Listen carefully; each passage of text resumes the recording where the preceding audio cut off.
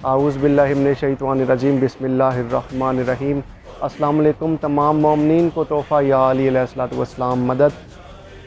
मोमिनीन, ये video easy दीन वाले के नाम है। सबसे पहले आप उसकी बात सुने कि वो बात क्या कर रहा है, फिर मैं इंशाल्लाह उसको जवाब देता हूँ। मैंने 9 महीने पहले आसिफ अलवी साहब के ख़िलाफ़ बनाई थी और इसमें मैंने आसिफ अलवी साहब का मुकम्मल ऑपरेशन किया था। इनकी 2 तकारीर को एक दूसरे के मुकाबले में रख कर उस तकाबल में आपको बताया था कि इनके फैक्ट्स एंड फिगर्स कितने ज़्यादा अप एंड डाउन हैं। काफ़ी ज़्यादा झूठ इन्होंने बोला था।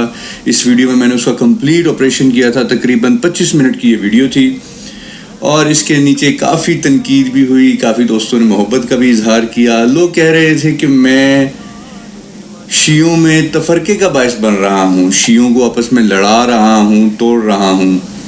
और आज ये दिन बेशक बहुत हमारे लिए वैसे भी ईद का दिन है और उसके अलावा एक और ख़ुशी ये है कि जनाब आयतुल्ला ख़ामनई साहब ने मेरे मौक़िफ़ की तस्दीक कर दी है जी। और उन्होंने आसिफ अलवी साहब की हकीकत आप सबके सामने 1-2 जुमलों में रख दी। मुकम्मल ऑपरेशन कर दिया सिर्फ 1-2 जुमलों में।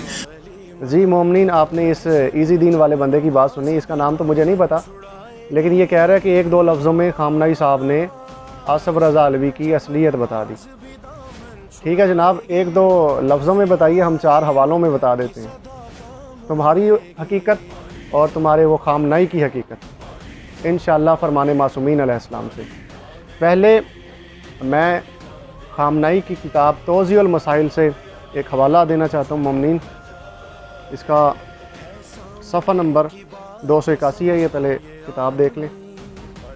तौज़ीउल मसाइल इदारा मिनहाजुल सालिहीन ने इसको छापा है। सफ़ा नंबर 281 है। इसमें लिखते हैं कि मौजूदा ज़माने में अगर शतरंज स्कूलों में राइज है और इसका शुमार जुआबाजी के हालात में नहीं होता तो बग़ैर शर्त रखे किसी आकलाना मकसद के तहत खेलने में कोई हर्ज नहीं। ये ख़ामनई कह रहा है कि शतरंज खेलने में कोई हर्ज नहीं, खेल सकते हैं शतरंज। ठीक है जी, ये याद रखना अब कि 2 लफ्ज़ों में असलियत बताइए। मैं 4 हवालों में मौला इमाम जाफ़र सादिक़ अलैहिस्सलाम, इमाम मोहम्मद बाक़र अलैहिस्सलाम के वो जो फरमान से मैं इसकी असलियत बताने लगा हूँ। सबसे पहले ये हवाला, किताब का नाम है जी माली अल सिब्तैन। माली अल सिब्तैन किताब, सफ़ा नंबर इसका 292।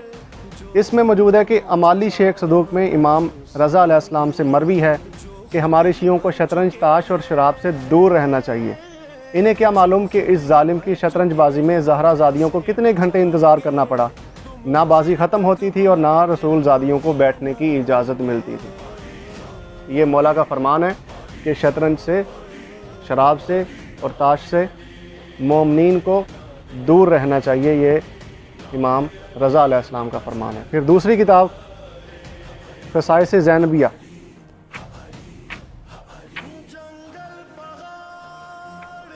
ये किताब है जी ख़साइस ज़ैनबिया। ये भी आयतुल्ला नूरुद्दीन जज़ायरी हायरी की लिखी हुई किताब है। इसमें भी सफ़ा नंबर 271 पे लिखते हैं कि जब शहज़ादी बीबी ज़ैनब सलामुल्लाह अलैहा ने भाई के सर को इस हाल में देखा तो आपके हाथ बंधे हुए थे। शहज़ादी के सामने यजीद और उसके दरबारी शतरंज खेल रहे थे, शराब पीने और कमारबाजी में मशगूल थे। ये ख़साइस ज़ैनबिया में ये मौजूद है। ठीक है जी, आगे शेख सदूक साहब की किताब है जी मेरे पास, फ़िसाल। ठीक है जी, ये अल-किसा वालों ने इसको पब्लिश किया है। इसका सफ़ा नंबर 40 है। इसमें मौला इमाम मोहम्मद बाक़र अलैहिस्सलाम से पूछा गया शतरंज के बारे में, तो इमाम मोहम्मद बाक़र अलैहिस्सलाम ने फरमाया मोमिन का इस खेल से कोई ताल्लुक़ नहीं। मौला इमाम मोहम्मद बाक़र अलैहिस्सलाम ने फरमाया शतरंज के खेल से मोमिन का कोई ताल्लुक़ नहीं। ठीक है जी, अब जो मैं हवाला देने लगा हूँ, अब इसकी असलियत खुल के सामने आएगी और सिवाय डूब के मरने के इसके पास, बेचारे के पास कोई चारा नहीं होगा या ज़ातियात पे अटैक करने के। ये किताब है जी तहज़ीबुल इस्लाम, अल्लामा बाकर मजलिसी की ये किताब है। इसमें मौला इमाम जाफ़र सादिक़ अलैहिस्सलाम ने फरमाया शतरंज खेलने वाला मुशरिक है। ये सफ़ा नंबर 602 है। ठीक है जी, तहज़ीबुल इस्लाम में मौला फरमाते हैं कि शतरंज खेलने वाला मुशरिक है। आगे मौला फरमाते हैं कि शतरंज के खेल में हाथ डाले ऐसा है जैसे कि सूअर के गोश्त में हाथ डालना। देखना इस खेल की तरफ ऐसा है गोया उसने अपनी माँ के अंदामे निहानी पर नज़र डाली कि इस हाल में उस पर हद शरा लाजिम है। अस्तगफिरुल्लाह रब्बी वातूबु अलैह। ये मौला फरमाते हैं कि जिसने शतरंज को देखा उसने अपनी माँ को नंगी हालत में देखा। ये मौला का फरमान है। अब मैं इस बारे में और तो कुछ नहीं कहूँगा, यही है कि जी सिवाय डूब के मरने के। अब मोमिनीन मेरी वीडियो को देख रहे हैं और मौलाई हैं, विलाई हैं, कोई देख रहे हैं, तो कोई इसके अलावा कोई चारा निकल सकता है बेचारे के लिए सिवाय डूब के मरने के? इसके अलावा कोई और चारा कोई निकल सकता है तो आप बताएं, ताकि उस बेचारे को कोई फ़ायदा हो। लेकिन मेरे ख्याल में सिवाय डूब के मरने के मौला फरमा रहे हैं कि जिसने शतरंज को सिर्फ देखा उसने अपनी माँ को नंगी हालत में देखा।